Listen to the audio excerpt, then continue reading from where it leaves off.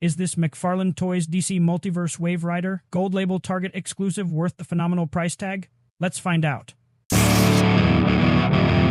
Real quick though, I do want to show you that the price sticker did indeed say $5.99. Granted, these figures have been warming shelves and pegs in my Target for quite some time. Wave Rider is not a super important character to me, but once I saw the clearance price down that low, I could not pass it up any longer.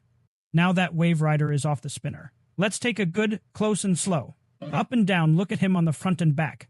As you can see, when under my bright lights, the dark areas show much more of a navy blue color than the almost black of natural lighting. Said blue areas are textured, while the gold areas are much smoother. This is consistent on both sides of the figure. There is no noticeable difference of quality between the front and back on Wave Rider. The head sculpt looks pretty cool, and the flame design is a nice touch. I do like that the articulation separation of the torso is fairly close and snug, making it have a better overall look. I can't say for sure if something similar could have been done for the ankle area to improve it. I do wish that the caps and the butterfly joints blended a bit better, but this is something that tends to be less noticeable on characters with only one color on the back. Wave Rider does include a decent amount of accessories. There's for energy effects similar to what's been used for other characters, like the Ezra Miller Flash, but in different colors. Of course, there's the displaced and trading card, plus a couple of extra hands. Since she decided to enter into my review space, meet my cat, Emby. I've had her for about a year and a half now. She likes to get a good look, and sometimes a taste, of my newest figures when I bring them home. Anyway, back to the review. Now let's take a look at Wave Rider's articulation. All of the standard joints are in play.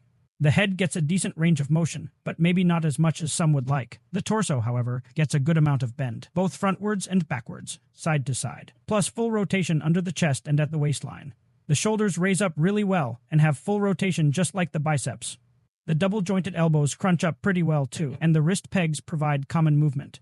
The hips get a decent range front to back, the knees crunch up nicely, the ankle ball gives some good rotation, and then, of course, the toe joint folds really well. While I'm playing around with him, I also want to check Wave Rider's balance, and yes, he can hit the super kick pose without the use of the displaced end.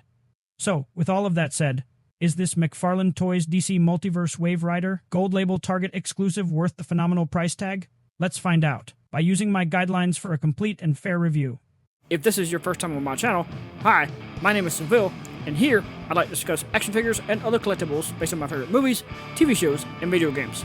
If you find this video enjoyable or informative, please give me a thumbs up, don't forget to subscribe, and hit that notification bell.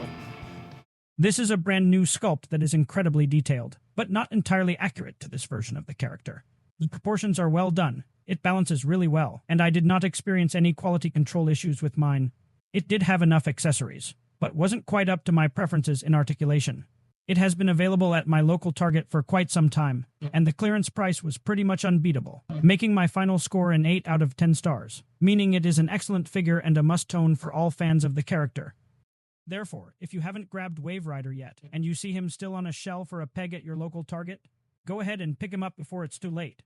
For now, though, enjoy a few more photos before. Some quick credits to those who've helped make this channel happen.